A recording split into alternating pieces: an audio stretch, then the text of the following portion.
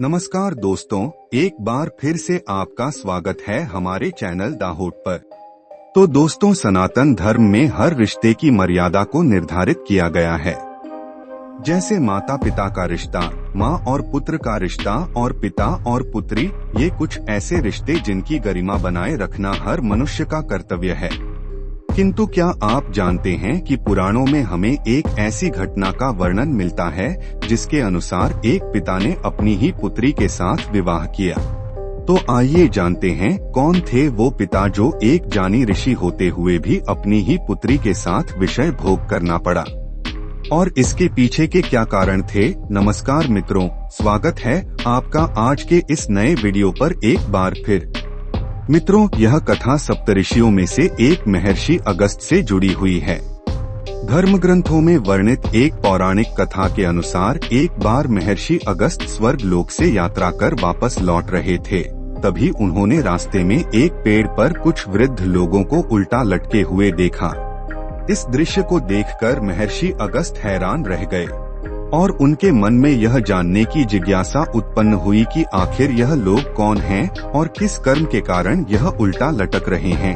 अपनी जिज्ञासा को शांत करने के उद्देश्य से महर्षि अगस्त्य उस पेड़ की तरफ चल दिए और वहां पहुंचकर उन वृद्ध लोगों से पूछा है, पुण्यात्मा, वो आप लोग कौन हैं और आपकी यह दशा किस पाप कर्म के कारण हुई है।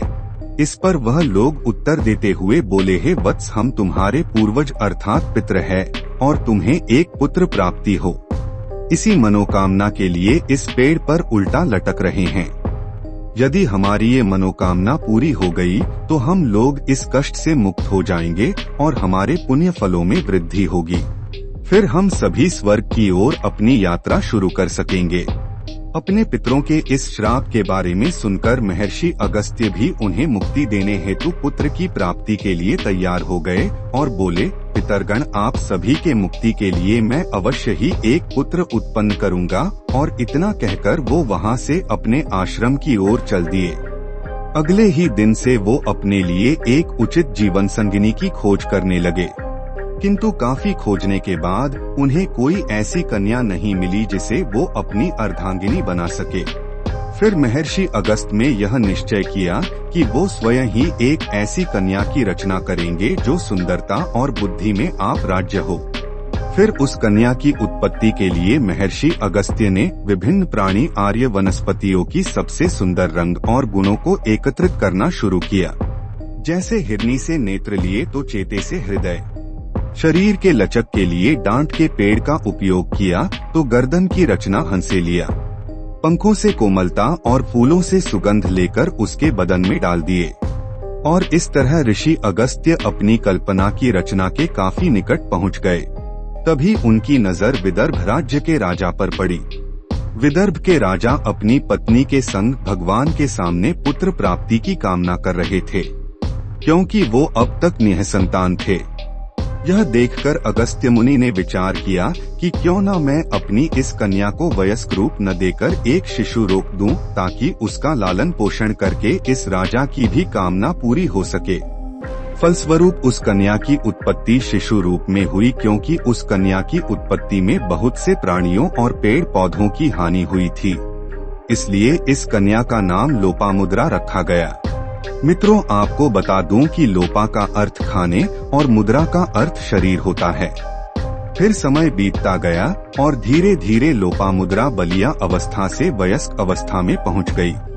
अब उनके पिता उनके शादी के बारे में सोच ही रहे थे। एक दिन उनके महल में ऋषि अगस्त्य आगे महर्षि को महल आया देख विदर्भ के राजा ने उन्हें प्रणाम किया और बैठने के लिए उचित स्थान दिया। फिर पूछा, महर्षि, कृपा कर बताएं कि आप यहाँ किस उद्देश्य से पधारे हैं। तब महर्षि अगस्त्य बोले हैं, राजन, आपकी पुत्री का हाथ मैं अपने लिए मांगने आया हूँ। महर्षि की बातें सुनकर राजा और उनकी रानी दोनों ही अचंभित हो उठे और सोचने लगे कि हमने जिस पुत्री को इतने राजसी सुखों के साथ पाला पोषा है, उसे भला एक योगी को कैसे सौंप दें। लेकिन उनके मन में कहीं ना कहीं यह भय भी था कि अगर उन्होंने अगस्त्य मुनि के इस प्रस्ताव को ठुकरा दिया तो कहीं वह क्रोधित होकर उन्हें श्राप न दे दे।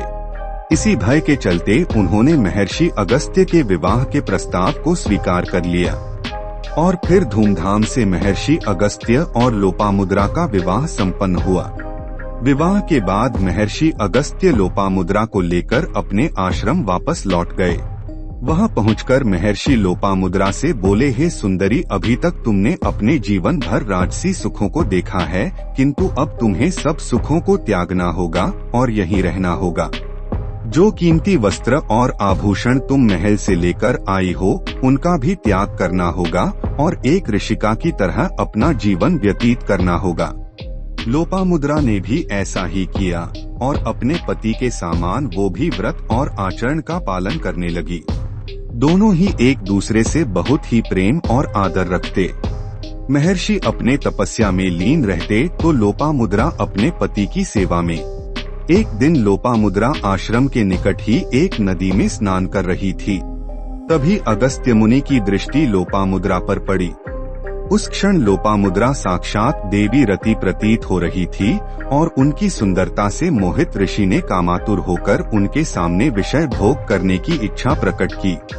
तब लोपामुद्रा ने कहा है, स्वामी ने संदेह आपने मुझे इस इच्छा पूर्ति के लिए स्वीकार किया है, किंतु मेरा भी एक मनोरथ है कि मैं अपने पिता के घर जैसे सैया पर सोती थी, वैसे ही सैया पर आपके साथ समागम करूं। तब महर्षि ने लोपामुद्रा से कहा, हे प्रिय, जिस धन और वैभव की बात तुम कर रही हो, उस वैभव का प्रबंध मेरे जैसा एक वनवासी कैसे करेगा। इस पर लोपामुद्रा महर्षि से कहने लगी, स्वामी आप ऐसा क्यों कह रहे हैं? यदि आप चाहें तो अपने तपोबल के प्रभाव से इस संसार के सारे धन को अपने अधीन रखने की क्षमता रखते हैं। लेकिन अगस्त्य मुनि लोपामुद्रा की इन बातों पर आपत्ति जताते हुए बोले, प्रिय, ऐसा करने से मेरा तप क्षय होगा, इसलिए कृपा कर तुम मेरे सामने कोई ऐसा मनोरथ व्यक्त करो जिससे कि मेरे तप का प्रभाव क्षीण न हो और तुम्हारा मनोरथ भी पूर्ण हो जाए। परंतु लोपामुद्रा नहीं मानी और ये हट कर बैठी को समागम तो वो राजसी वैभव के साथ ही करेगी। अंत में हार मानकर महर्षि ने लोपामुद्रा की इस इच्छा को पूर्ण करने के लिए निकल पड़े और उस समय के पृथ्वी पर सबसे धनी शासक दानवराज इक्वल के पास पहुँचे। उन्होंने अपना मनोरथ राजा के सामने व्यक्त किया। दानवराज इक्वल ने भी महर्षि को यथोचित दान दिया और अपने मनोरथ को पूरा होता देख लोपामुद्रा बहुत प्रसन्न हुई और महर्षि अगस्त्य के साथ समागम किया। मित्रों, इन दोनों के समागम से 7 वर्षों के बाद एक पुत्री की उत्पत्ति हुई जो आगे चलकर महान विद्वान धीशो के नाम से विख्यात हुई।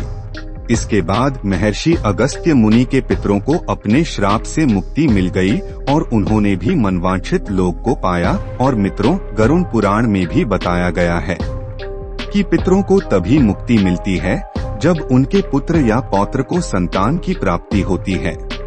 तुम मित्रों, हम उम्मीद करते हैं कि महर्षि अगस्त्य मुनि की अपनी ही पुत्री के साथ विषय भोग करने की इस इच्छा के पीछे की पूरी कथा और असल कारण आपको समझ आ गया होगा। फिलहाल आज के वीडियो में बस इतना ही। अब हमें इजाजत दे और वीडियो को अंत तक देखने के लिए आपका बहुत बहुत शुक्रिया।